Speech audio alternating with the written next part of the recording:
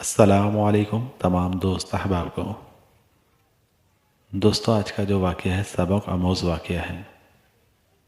واقعہ ملا اور اس کا گدھا۔ ایک دفعہ کا ذکر ہے کہ ملا نصر الدین نے اچھا سا گدھا خریدا۔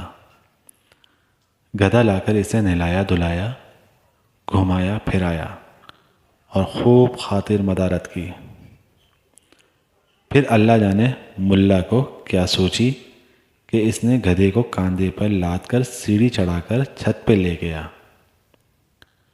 اونچی منصب پا کر گدھا پہلے تو بڑا خوش ہوا، مگر پھر اسے اتنی بلندی اور اپنے گدھا ہونے کا احساس ہوا تو گھبرا گیا۔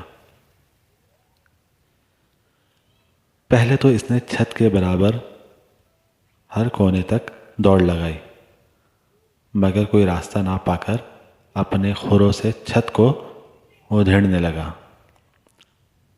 مٹی اور گارے کا چھت کب تک گدھے کی دولتیوں، ہائی جمپوں اور فلائنگ ککس کا مقابلہ کرتا۔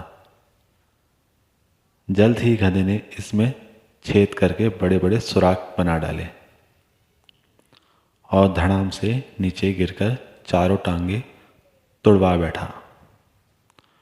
اوپر سے باقی بچا کچا چھت بھی منہم ہو کر اس کے اوپر آ گرا۔